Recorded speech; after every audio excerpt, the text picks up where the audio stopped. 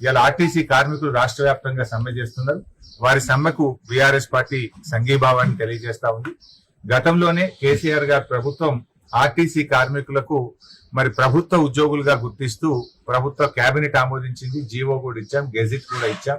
దాని వెంటనే వారిని ప్రభుత్వ ఉద్యోగులుగా గుర్తించండి. కార్మికులను చర్చలకు పిలవండి.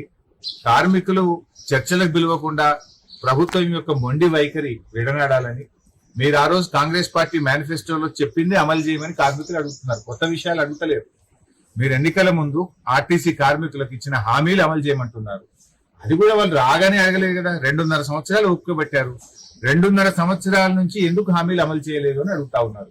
ఇంకోటి, మహాలక్ష్మి పథకం పెట్టినారు, కానీ ఆర్టీసీకి ఇవ్వాల్సిన డబ్బులు ఇస్తలేరు కదా. 3,000 కోట్ల రూపాయలు ఆర్టీసీకి రాష్ట్ర ప్రభుత్వం బకాయి పడ్డది.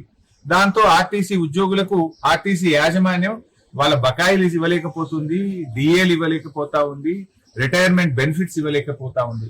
మహాలక్ష్మి మీద ఊదరగొట్టుకునే మీరు మరి ఆర్టీసీ కార్మికుల కష్టమే కదా.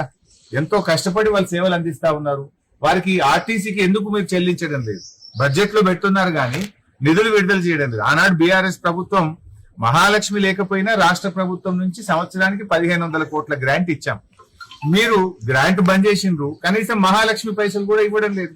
తక్షణమే మహాలక్ష్మి డబ్బులు ఆర్టీసీకి విడుదల చేయాలని, కార్మికులతో చర్చ జరిపి కార్మికుల యొక్క న్యాయబద్ధమైన కోరికల్ని తీర్చాలని చెప్పి ప్రభుత్వానికి డిమాండ్ చేస్తారు.